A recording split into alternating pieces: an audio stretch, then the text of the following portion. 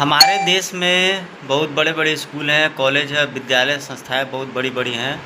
लेकिन फिर भी हमारे देश में जिस अनुपात में अनाथालय खुल रहे हैं, वृद्धाश्रम खुल रहे हैं, मानसिक चिकित्सालय खुल रहे हैं, ओल्ड एज होम्स खुल रहे हैं, ये किस चीज़ को दर्शाते हैं? बताइए।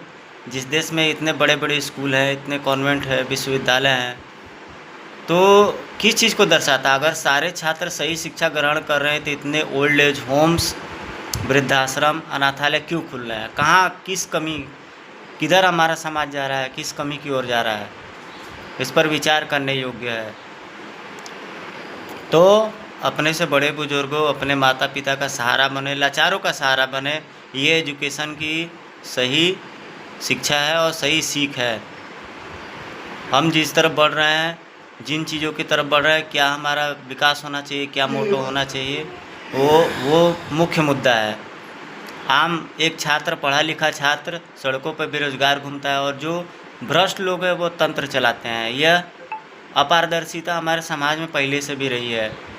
अच्छे लोगों को पीछे कर दिया जाता है, जो चोर, बेईमान और झूठे हैं उनको आगे किया जाता है। ये हमारी समाज की कैसी परंपरा है।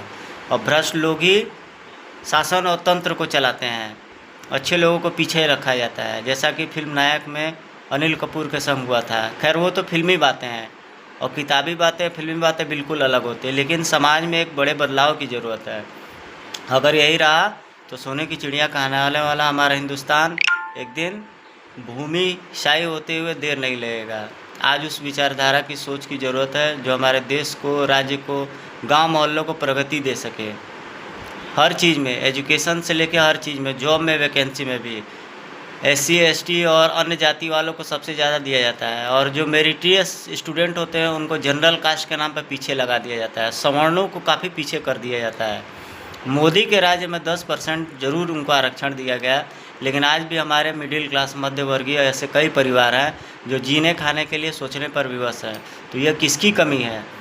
जिसमें देश में हम रहते हैं वो प्रजातांत्रिक देश है, गणतांत्रिक देश है। इसमें by the people and for the people होना चाहिए, यानी कि लोगों के द्वारा और लोगों के अनुसार। First people and first nation, ये नारा होना चाहिए, जिससे कि हमारा संविधान प्रेरित है। लेकिन देश हमारा किस विचारधारा की तरफ बढ़ रहा है, किधर बढ़ रहा है? आज वैसे लीडर्स की ज़रूरत है, सही मायने में वैसे लीडर्स की ज़रूरत है। सभी लोग कागज़ों पर तो अच्छा सोचते हैं, लेकिन वैसा हो नहीं पाता है।